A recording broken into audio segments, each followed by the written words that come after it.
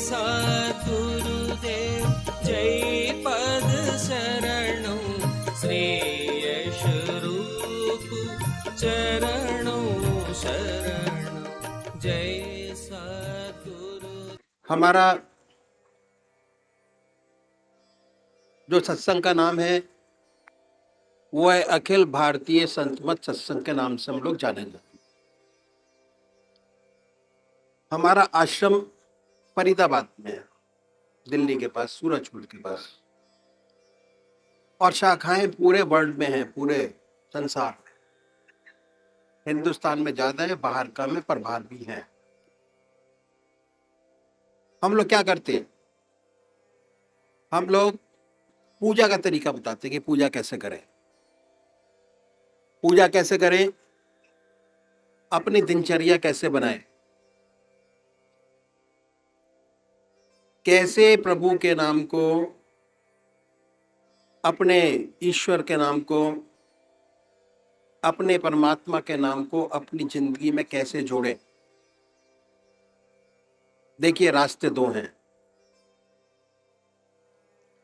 संसार में चलने के लिए। पहला सन्यास का रास्ता है। सन्यास का रास्ते में घर बार छोड़ना, बीवी बच्चे छोड़ना, धन दौलत छोड़ना, सब कुछ छोड़ दिया, जंगल में जाइए, बैठ जाइए और प्रभु की याद कीजिए, प्रभु को। ये एक रास्ता है, ठीक है, अपने इष्ट देव को याद करने का। दूसरा रास्ता गृहस्थ का रास्ता है, और ये शुरू हुआ यहीं से ही, आपके सीतामढ़ी से। राजा जनक का नाम आपने सुना होगा। राजा जनक विधेय थे, और राजा होते हुए भी पूरा ब्रह्म ज्ञान उनके अंदर भरा हुआ था। उनके साथ के महर्षि सन्यासी अपने शिष्यों को भेजते थे उनके पास कि अगर राजा जनक कह देगा कि ब्रह्मज्ञानी है तो है, अगर वो मना कर देंगे तो नहीं है, तो नहीं है। राजपाट था, पैसा था, रानियां थी, पूरा दरबार था उनके पास। उसके बाद भी विदेह कहलाए, सब कुछ होते हुए। विदेह का मतलब कोई अटैचमेंट नहीं किसी चीज से। तो जब एक राजा ब्रह्मज्ञानी हो सकता है तो हम आप क्यों नहीं हो सकते? जरूर हो सकते हैं ब्रह्मज्ञानी। हमारे पास तो काम ही नहीं है। राजा होते हुए भी इतना सुंदर राजपाट था उनका, घर में शांति, बाहर शांति, समाज में शांति, और जो जो राज उनके अंदर थे सब में शांति थी, शांति और आनंद की लहर थी। वो चीज आज की तारीख में हम अपने घर के अंदर पैदा कर सकते हैं, आनंद, शांति। और जब राजा जनक ब्रह्मज्ञानी हो सकता है तो हम आप क्यों नहीं हो सकते? जरूर हो सकते हैं। क्या था ऐसा? तो ये रास्ता जो है ये यहीं से शुरू हुआ, राजा जनक से, और इसको कहते हैं इति मार्ग। इस रास्ते में हम अपने जीवन में एक चीज बढ़ाते हैं, कमी किसी चीज की नहीं करते। जो आज चल रहा है ऐसा का ऐसे ही चलता रहेगा, उसमें कमी नहीं। एक चीज बढ़ानी है, वो है परमात्मा का नाम, अपने इष्ट देव का नाम अपनी जिंदगी में जोड़ लीजिए। जैसे छोटा बच्चा है, अगर जंगल में खो जाए या है ना मेले में खो जाए, अगर जब तक वो साथ चलता है आपके, तब तक हर चीज की जिद करता है कि ये चाहिए, वो चाहिए, वो चाहिए, वो चाहिए, वो चाहिए।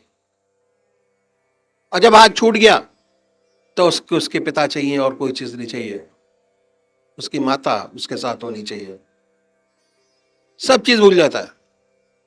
ये रास्ता है इति मार्ग का। इति मार्ग का मतलब हम अपने जीवन में एक चीज जोड़ते हैं। जोड़ना क्या है? परमात्मा का नाम। और हमारा जो देश था शुरू से आध्यात्मिक देश रहा है और पूरे संसार में इसका नाम था और अब भी है।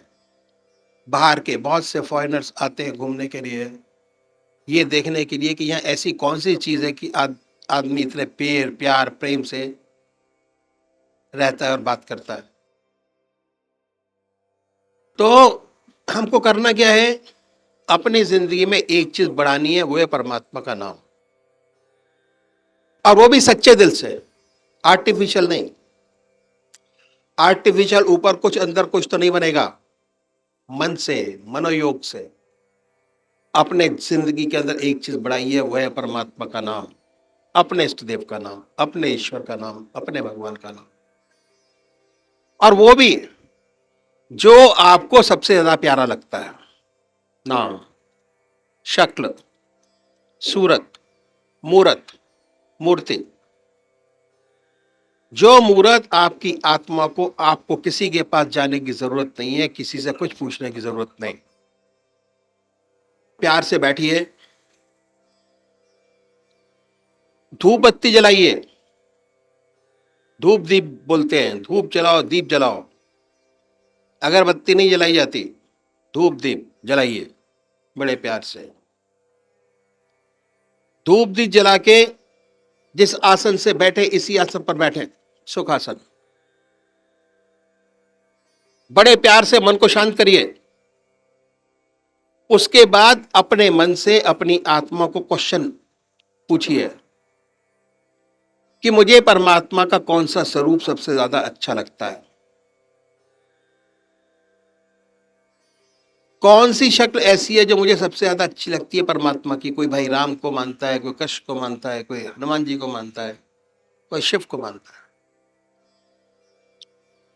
और ये हमारे एक कल्चर है कि हर इंसान, हर घर का प्राणी, चाहे वो हिंदू हो चाहे वो किसी और धर्म में हो, सब मानते हैं। कोई राम को मानता है, कोई रहीम को मानता है, कोई वाहेगुरु को मानता है, कोई जीसस क्राइस्ट को मानता है। डिसाइड करिए। और जो मूर्त आपको आपके इष्ट देव की सबसे ज्यादा अच्छी लगती है,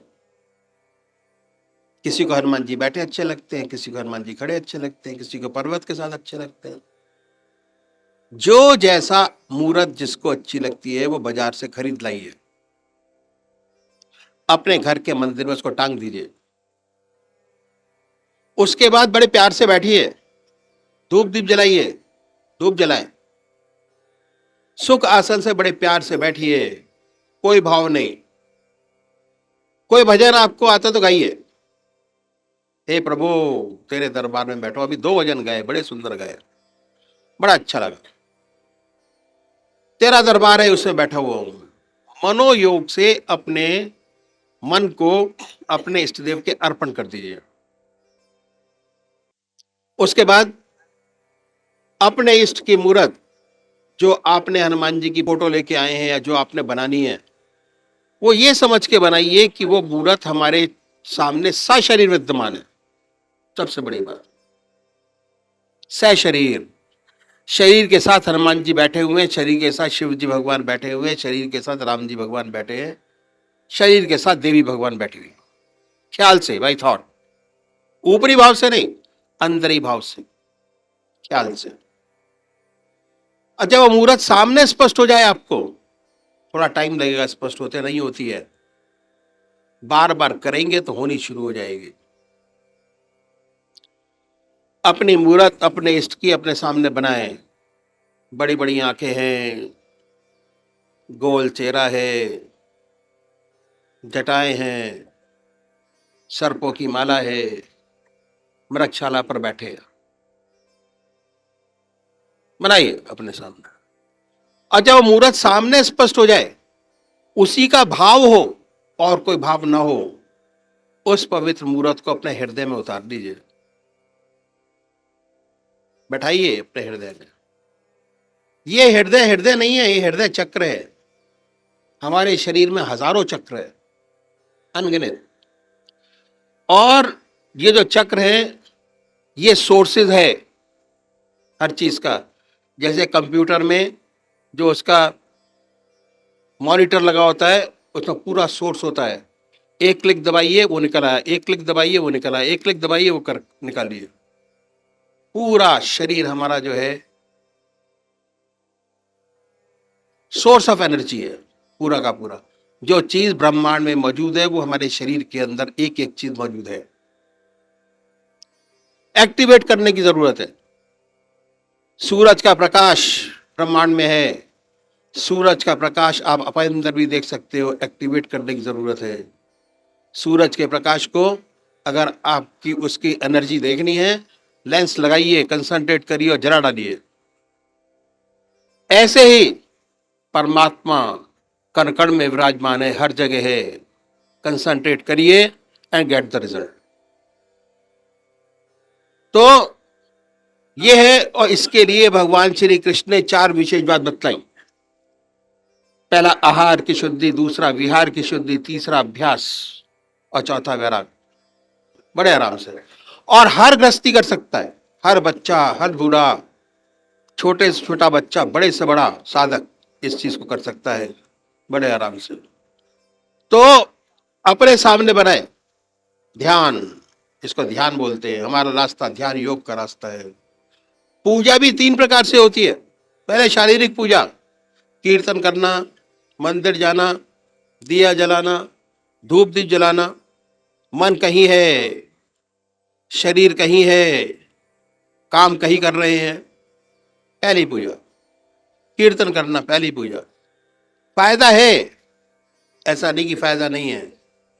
अगर इसी चीज को आगे बढ़ाया जाए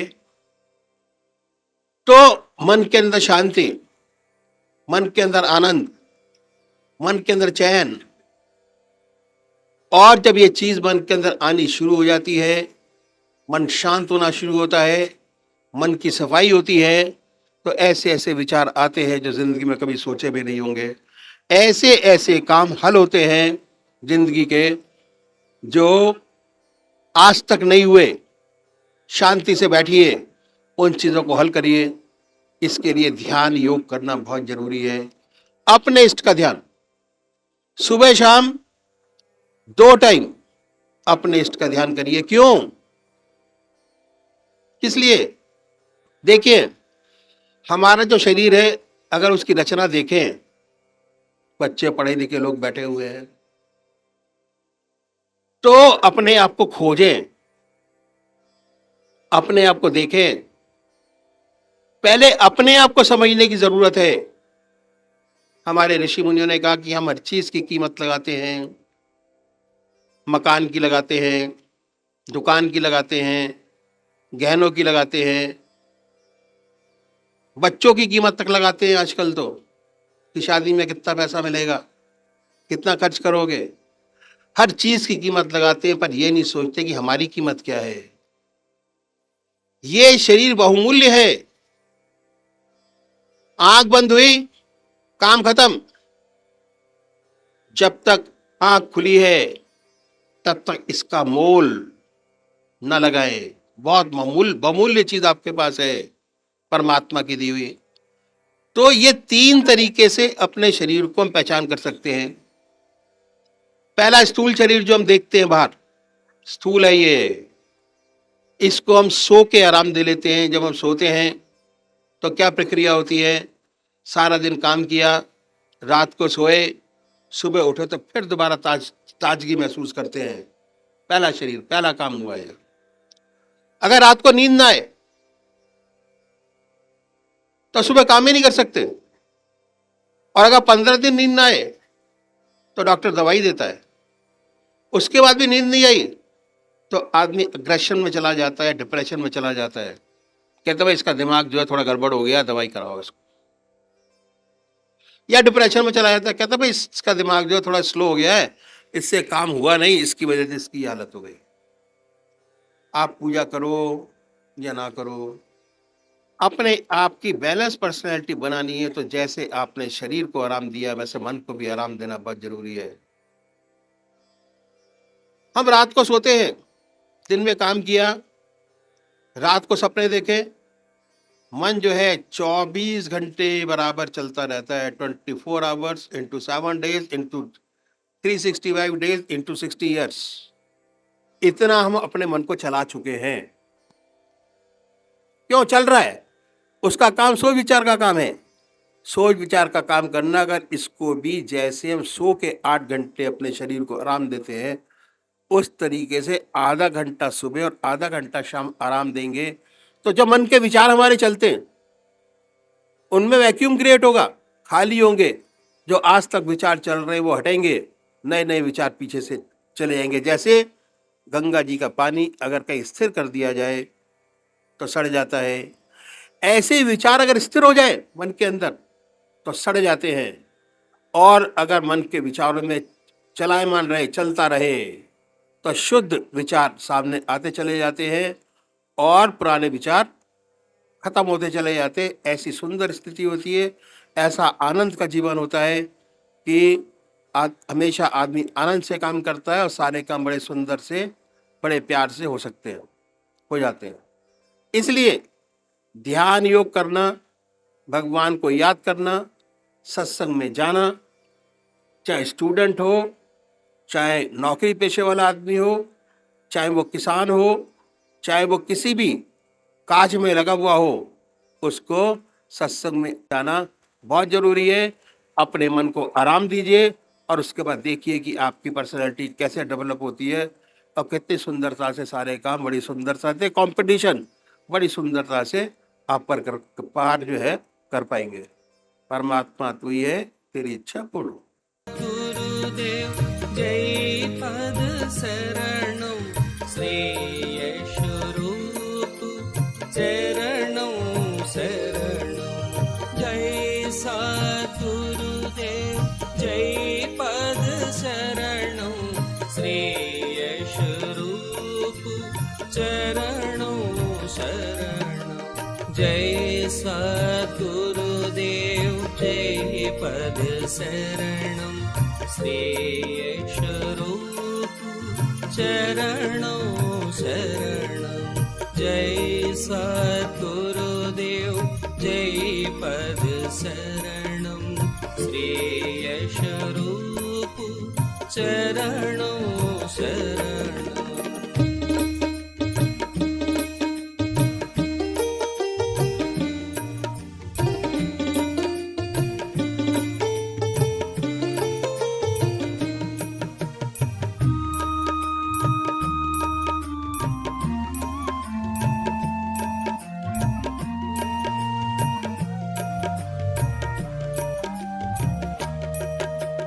जय सद्गुरुदेव जय पद शरणं श्रेयस रूप चरणं शरणं।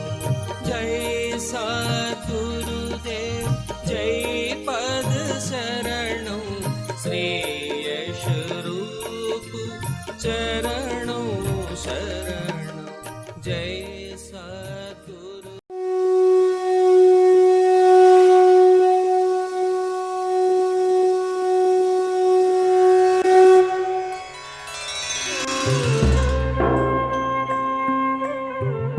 ध्यान योग के कार्यक्रम आनंद योग से निशुल्क जुड़ने के लिए संपर्क करें 9810239677।